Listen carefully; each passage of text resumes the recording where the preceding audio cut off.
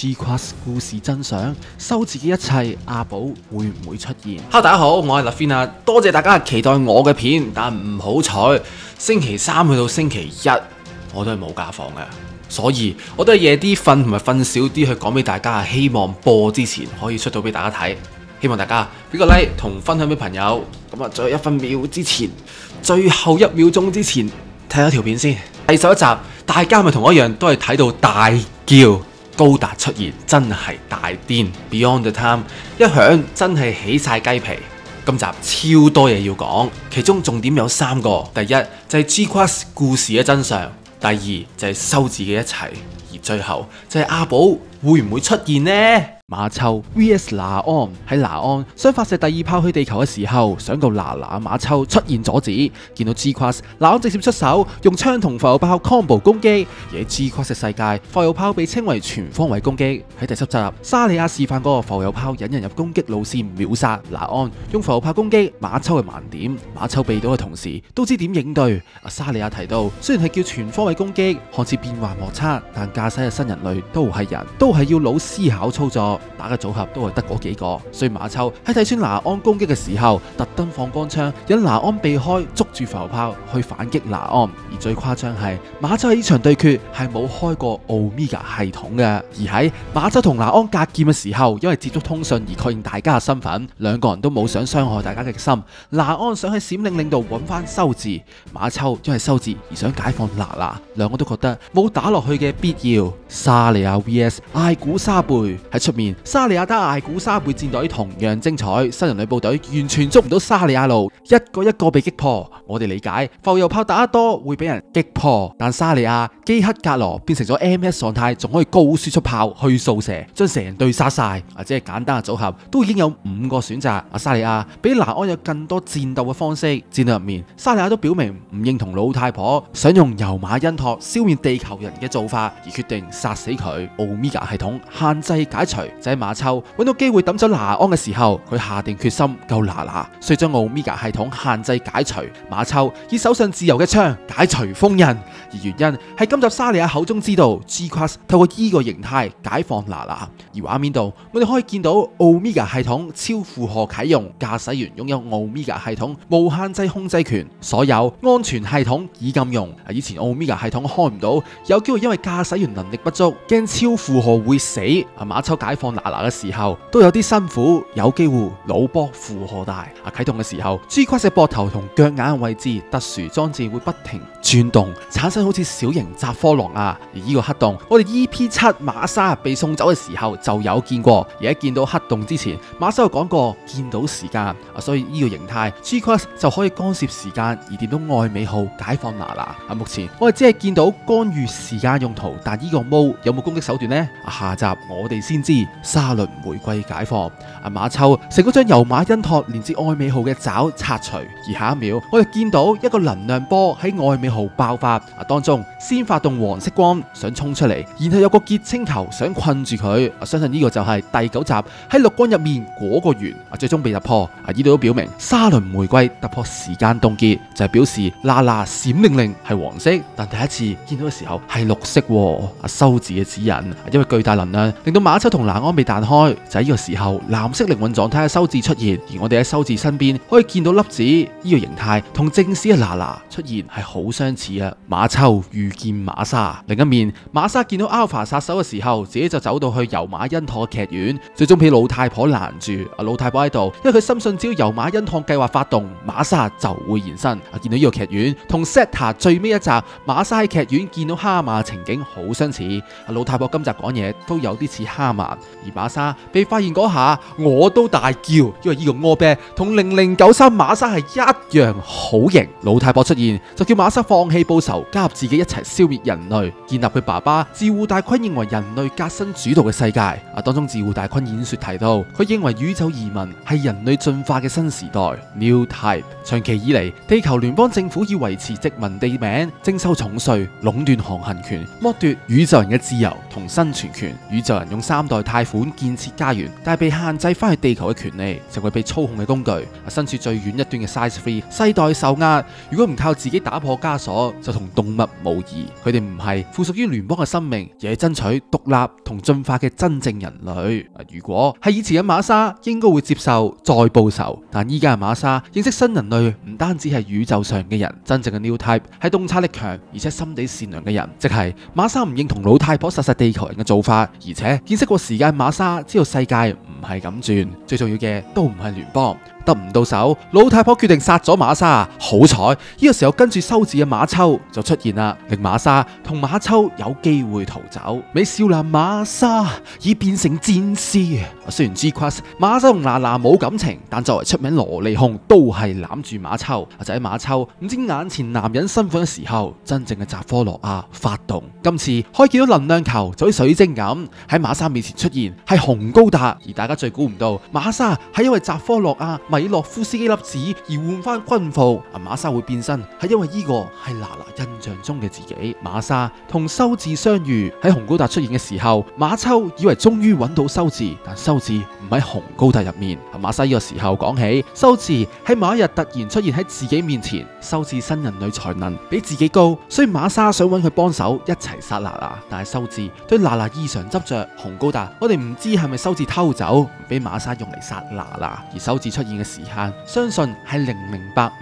因為瑪莎喺張圖入面已經着緊白水服裝，而瑪莎認為修治單方面愛娜娜而着魔，娜娜對自己都着魔。為咗世界安定，瑪莎決定消滅佢。馬秋、拿安姊妹情就喺瑪莎駕駛紅高達去消滅娜娜嘅時候，馬秋追過去，而再次經過劇院。雖然拿安俾老太婆責怪，都好似溫順嘅小狗，唔敢得罪佢。但係當老太婆想殺馬秋，拿安決定開槍。馬秋為咗救娜娜而開啟自由之槍。拿安表因為灌輸極端新人類想法而開槍，反而係為保護重要嘅人而開。不穩定嘅扎科洛亞現象，瑪莎嚟到愛美號前面就講呢部 MA 喺 G-Crush 度停止開發，而且好似我第9集所講，愛美號 Alpha 精神系統裝上紅高達度，因為沙倫回歸出現，令到世界有2個 Alpha 系統。扎科洛亞呢個不穩定現象出現，所以瑪莎決定消滅娜娜。馬秋阻止，想同瑪莎打過，但修治突然出現喺佢哋中間阻止。而修治出現嘅過程，可以見到米洛夫斯基粒子聚集，而聲音上我哋聽到係新人類嘅水聲。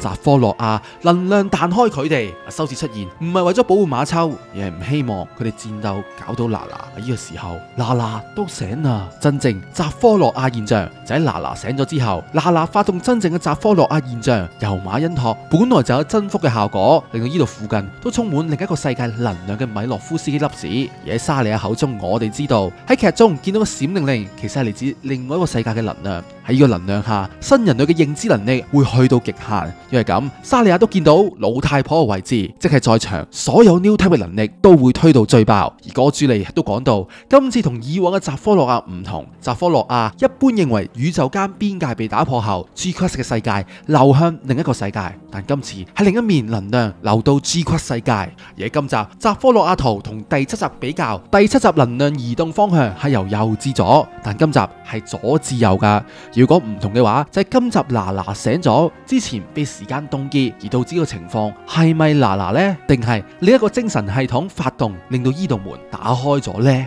我嚟自另一面。雖然瑪莎唔想娜娜受傷，但如果娜娜繼續扭曲依個世界，瑪莎就要消除娜娜，顧全大局。同樣唔想娜娜受傷嘅修治就好嬲瑪莎，因為娜娜做嘅一切都係令瑪莎唔使死。見識過時間嘅瑪莎知道一切發生嘅事，亦深知娜娜嘅用意。但就喺呢個時候，瑪莎認知到修治嘅強大，然後白色惡魔出現啊！修治嘅目的係終結娜娜創造嘅世界。G-Crush 世界真相，娜娜創造嘅世界就係修治呢一句，為嘅係要終結佢創造出嘅呢個世界。我哋知道呢個世界係由娜娜創造，而今次瑪莎美少男變身正正體現到呢件事。瑪莎因為娜娜嘅印象中變翻紅色軍服嘅瑪莎，當中嘅原因係透過娜娜精神系統裝置，透過扎科洛亞現象去干預呢個世界。娜娜創造嘅呢個世界講法有兩個可能性，第一個即係娜娜由0至100世界都係佢想法而成，定係第二個係娜娜去到 G-Quest 嘅世界用扎科羅嘅現象不斷干擾呢個世界呢？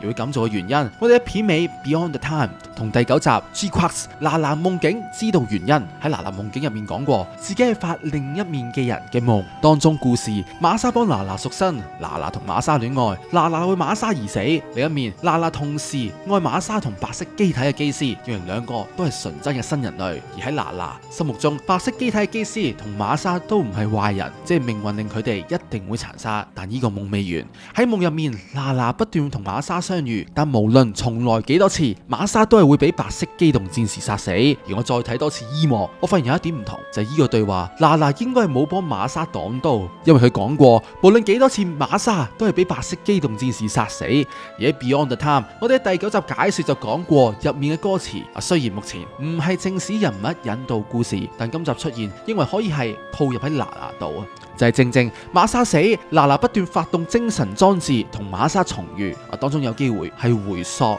因為娜娜不斷重複同一樣嘢，就好似歌詞總結嘅前半，命運好似圓迴比烏絲環般重複。而喺不斷後悔同傷心下，娜娜去咗另一個宇宙，用愛同意志喺循環入邊作出新嘅選擇，打破宿命，改變結局。娜娜去咗另外一個平衡宇宙進行干預。Lafine，你咁講係咪指冇第3個娜娜呢？依今集嘅得到嘅情報，我會話係喺第9集，我講過得2個娜娜或3個娜娜嘅可能性，而當中我講娜娜得2個嘅可能性，就係愛美號娜娜喺新人類意識運行到，但係身體被冰封。而喺第10集，當娜娜開炮嘅時候，字幕係有寫娜娜嘅悲鳴噶，同埋今集開炮嘅娜安係聽到娜娜聲，呢度表明娜娜未醒，但意識喺精神空間運行。我認為目前真係可能得2個娜娜，如果有3個當然好啦。而娜娜決心位置，我哋可以由米津玄師嘅 Plasma 歌詞，我哋就可以睇到娜娜引發奇蹟去到另一個宇宙嘅心情。當中 Plasma 嗰次 Plasma 電漿體，即係物質嘅離子態，類似於氣體。呢度表達嘅係劇中嘅閃令令。當中最後一段就有表達娜娜有自己宇宙去到另一個平衡宇宙揾未死嘅瑪莎，無論花幾多時間都會去揾瑪莎，自己將會發咗一道光去揾佢。所以瑪莎直覺去拎高達，阿寶冇出現，喺所羅門所救出都係娜娜嘅干預。呢個就係娜娜部分修治嘅一切。阿寶會出現嘛？呢度好簡單，2個可能性，第一修治就係另外一面世界嘅阿寶，第二就係修治係俾阿寶引導嘅。我個人覺得第一嘅機會大啲，但我希望第2會出現。講翻喺今集已知嘅嘢，就係瑪莎認為修治新人類嘅能力喺自己之上，出現喺瑪莎面前，係可能係修治自己選擇。我哋喺佢阻止馬秋同瑪莎嘅時候，可以見到佢以扎科諾亞形態去阻止佢哋，證明修治嘅力量深不可測。咁但係有一點令我好疑惑，喺對話度瑪莎見證個時間而知道娜娜所做過一切係為咗佢自己。我會認為見證個時間嘅嘢係知曉一切。瑪莎理應有機會見過白色機體駕駛員啦。如果修治係高達駕駛員，咁瑪莎應該會知道佢係邊個，而唔係去到高達出現嘅時候先問。但矛盾係修治嘅條件又同阿寶好重，新人類能力高過瑪莎，對娜娜嘅執着有一個異世界機械人，駕駛技術又好勁，而且靈體表示顏色係藍色。雖然官方好似睇心情配色咁樣，而喺修治出現後，第4集修治同人妻講我嘅願望，應該係指終結娜娜創造出嘅依個世界，所以人妻得到釋懷，因為喺另一面世界，聯邦係得到勝利，高達係自己人。喺元祖高達出現之後，都會令大家奇怪，到底修治以前講嘅高達話，仲係咪講緊紅高達呢？佢話高達話嘅對白分別有第3集高達話去戰鬥吧，第4集高達話想去地球，第6集高達話保持本性，我最喜歡有趣嘅事，第7集高達話玫瑰要醒啦。高達話嘅嘢好似去引導成個故事劇情，而一個點我好在意就係修治指馬秋方向嗰下，令我諗起第9集嘅信息，會唔會就係修治引導去地球呢？但當中令大家好疑惑係點解有2個語言？